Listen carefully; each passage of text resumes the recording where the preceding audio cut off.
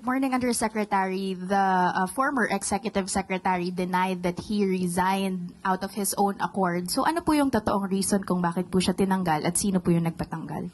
Muli, binanggit na po natin ang ating sagot at sila'y nagkausap na po. At sinabi nga po natin, pabayaan na po natin at sila naman po ay nagkausap na. I'm sorry, hindi namin pwede pabayaan because the taxpayers who are funding the government and are actually paying the salaries of this administration is actually asking for the truth from the palace. Bakit po natanggal yung Executive Secretary at sino po yung nagpatanggal sa kanya? Hindi ko po masasabi kung sino po nagpatanggal sa kanya. Binanggit ko po kanina na hindi ko po alam kung sinong kausap niya. Allegedly it came from the flood control anomalies. Paano po natin ma-ensure na mapaparamdam sa mga Pilipino yung proceeds na to? Ang proceeds po na ito ay mapupunta sa forfeiture fund pero hindi po ito gagamitin ng diretso ng BOC. Ito po ay iririmit po sa National Treasury. So, gagamitin po ito para sa taong bayan, lalo na ngayon na ayaw po ng Pangulo ng korupsyon. So, makakasiguro po tayo sa pamamahala ni Pangulo Marcos Jr. Welcome back to Master Kalog and don't forget to subscribe and click notification bell for more updates.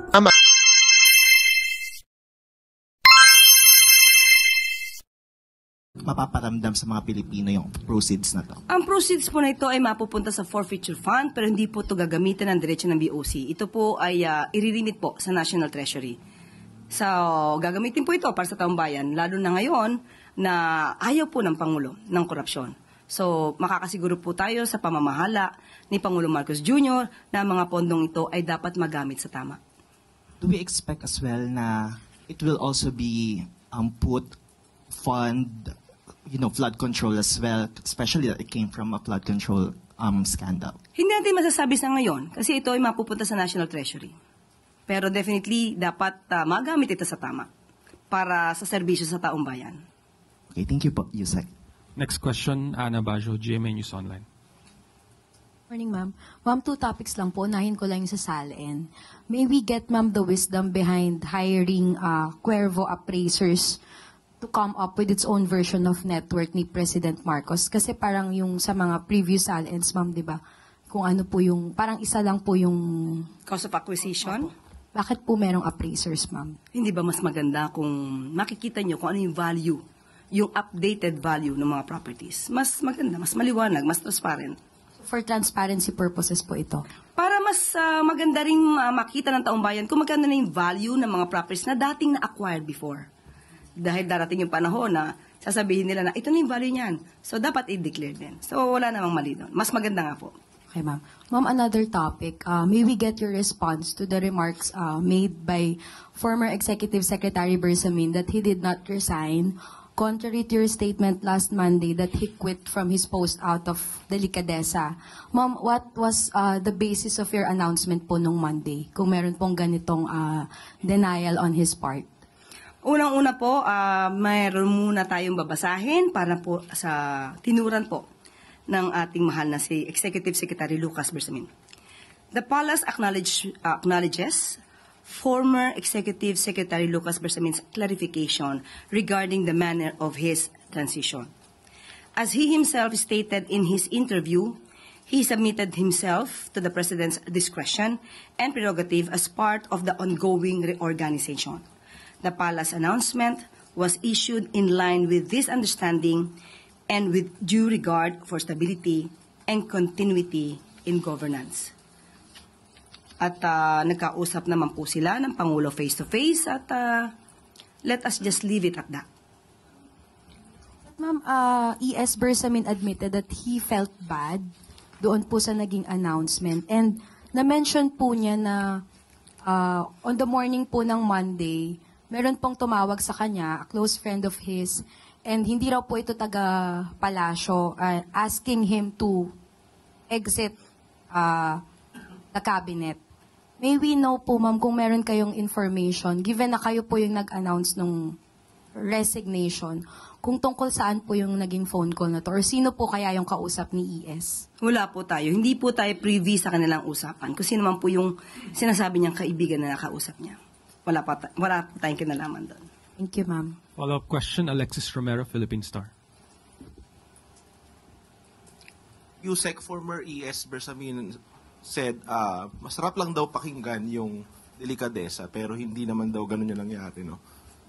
Do we still stand by our statement that he resigned out of delikadesa?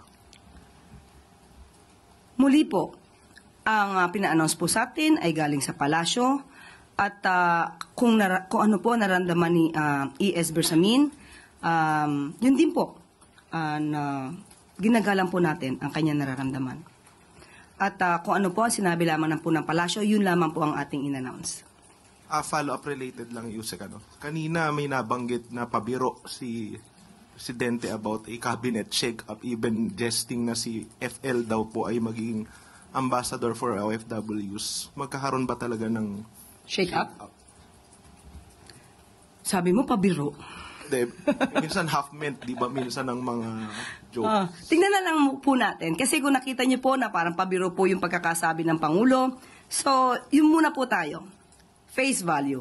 Sa ngayon po ay wala pa po sa ating ina-announce or isinasabing update patungkol dyan. Salamat po. Next question, Ivan Mayrina, GMA News. GMA News.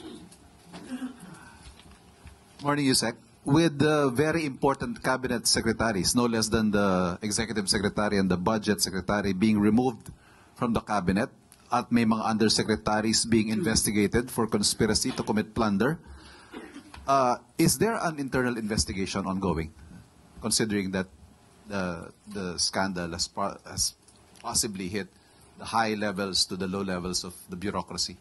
Sa ngayon, wala pa pong pinapaabot sa atin kung may internal investigation dahil sabi nga natin kung ano man po ang issue patungkol sa flood control projects at infrastructure, nandiyan naman po ang ICI para mas maging independent po ang pag-iimbestiga. Sinabi niyo rin po, baka may mga ibang cabinet secretaries, if they feel that they are involved, mas magandang pangunahan na mag-resign na lang. But aside from that call, is it safe to say at this point that everyone is under investigation? Hindi ko po masasabi. Pinag-iisipan ko, parang wala po ang masasabi ng lahat ay under investigation. So, ang maaari lamang pong sinasagawa ng Pangulo yung performance ng bawat kabinete. At yun naman ay usual at regular. Pero kung patungkol po sa mga sinasabi natin maanumalyang flood control projects at wala naman pong nababanggit o nasasabi, parang hindi naman po kailangan mag-imbestiga patungkol dito. Ma'am, with cabinet secretaries being made to resign or resignations being accepted as you announced, and seemingly given graceful exits, paano po masisiguro ng administrasyon that they will be made to stand investigation and eventually prosecution should it come to it? Wala na po sa kamay ng Pangulo yan. Yan po ay maaari na sa kamay na po ng ICI, maaari na sa kamay na po ng Ombudsman, DOJ. Sila na po ang mag-iimbestiga. Pero hindi ho ba by allowing them to resign parang nabibigyan sila ng to escape accountability? Wala pong pwedeng lumagpas. Kung kinakailangan po imbestigahan, private citizen, public official, kung kailangan imbestigahan, dapat imbestigahan. Thank you. Next question, Katrina Domingo, ABS-CBN. Morning, Undersecretary. The former Executive Secretary denied that he resigned out of his own accord. So ano po yung totoong reason kung bakit po siya tinanggal at sino po yung nagpatanggal?